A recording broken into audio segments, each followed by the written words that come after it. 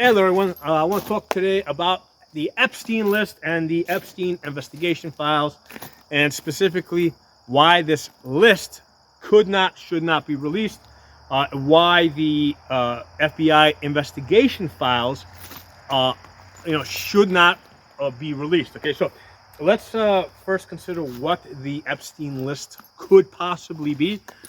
It would most certainly include his phone contacts and his email contacts. Okay, so here's the thing: I've been in business for about 35 years. In my cell phone, I have over 3,000 contacts, most of which I don't even remember. A lot of them I never even called. It might be a case where somebody gave me somebody's number and it said, "Hey, if you ever need an HVAC guy, this is the guy to call. Or if you ever need, somebody to come fix your roof, this is the guy to call." Okay, so a lot of those people in my phone, in my phone, I don't know who they are. I don't remember them. A lot of them, they don't know that I had their number.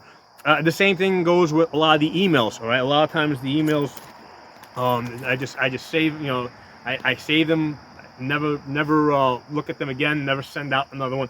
So if you look at this from the perspective of an FBI investigation, I mean, what's the first thing they're going to get, right? When they're investigating any high-profile person, they're going to get the phone, they're going to take all the contacts, they're going to get their laptop, the computer, they're going to get all the email addresses, right? And now, so the FBI now has created a list, okay? So now they start going through this list, especially with the names. The first thing that, again, I'm not an FBI guy, but I would presume that the first thing they want to find out is, of all these, and I'm sure in Epstein's case, it's probably more than 10,000 people. Of all these people, do any of them have criminal convictions, right?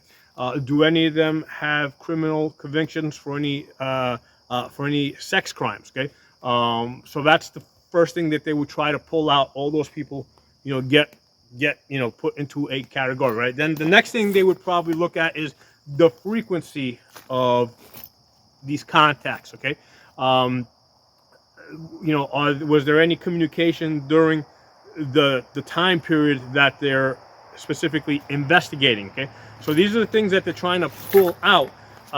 So here's the thing: even if there's somebody in that contact list, right, and they determine that, hey, this person over here, they never met, they're opposite sides of the country, there's no record of any communication ever, okay, they are still part of the investigation, right? They're still going to be in the FBI investigation files of Epstein, right? Even if there was never any communication, even if they've been outright dismissed as not relevant to the case, the fact that they were on that list, right, on that in his phone contacts, and they determined that this person's not relative, never met, right, never spoke to each other ever, okay, there still has to be a record in the investigation files that determination was made. Okay, so if the FBI, if Pam Bondi, was to now take the investigation files and now dump them, into the public, right? You've got all these people whose names are out there as being part of the Epstein investigation, that now have to, basically explain why they're in this investigation. And if you look at how the media operates, because remember, you got two sides here that are fighting each other. What people are going to do is they're going to say that, hey, this person over there, he was in the FBI, he was in the Epstein investigation files, and they're not going to, people aren't going to go further and say, hey, but he was dismissed as irrelevant.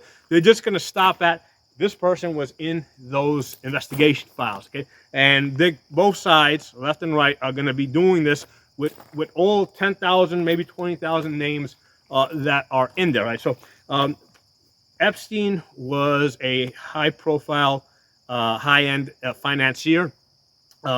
It is extremely likely that every single Democrat, Republican, senator, House of Representatives person during the relative time period, it's absolutely certain that their name is going to be in that list, okay? You know, the Bushes are going to be in there. Biden, Trump, Kamala Harris, everybody that's been anybody during the time period that he was operating as a financier, their name is going to be in that list. Okay, and it's not going. The records may show that, hey, there was never any phone calls made, there was never any contact. But for the purpose of the investigation, again, the purpose of an investigation is to kind of figure out what's relevant, what's not relevant, right? What's right, and the point is the fact that they are making a determination that, okay, this person's not relative to this investigation, they're still in the investigation. Okay, so that's the reason why the investigation files, the so-called Epstein list, cannot be released, because everybody's just going to go crazy, and both sides are going to try and read into it things that aren't real, right? Because, like I said, every single politician, Democrats, Republicans, Independents, they're going to be in there, right? Because as a financier, right? His business was to basically try to get everybody that has any money, right? Try to get their phone number and try to contact them and try to solicit them for business, right? So that's why the Epstein files, the Epstein investigation, cannot just be released. Okay. So and here's the thing. This is Pam Bondi's fault. Like, what I'm explaining, she should have explained. Okay. I mean, you don't need to be an FBI investigator to look at the situation and say, hey, this is where it's going to end up, right? The guy has a phone. He's probably got 10,000 plus contacts. All those people in there have to be investigated, even if it's to dismiss them as not relative. I mean, that's all she had to explain. Okay. The problem with her is that she's coming at this from the perspective of a lawyer, of an attorney, right? She's not, she's not looking at this politically. Okay, even though attorney generals are political people, she's really not a political person, or politically savvy person. Let's put it that way. She's not a politically savvy person. She should have been able to look ahead and figure out the best way to tell everyone that, hey, I can't release this information simply because there's just too much information, and it's impossible to pull out what's relative from what's not relative, right? It's impossible to separate the two. Okay, so that's what she should have explained, but she didn't, and that's why you got this. Especially the Democrats right now, they're making a big deal at all. Trump is hiding the Epstein list because he's on it. Of course he's on it. Of course Epstein had Trump's number, right? He was on the short list of billionaires, right? Epstein had Trump's number. He's got Warren Buffett's number. He's got every billionaire's number, right? He's got their number, 100% guaranteed. He's got every politician.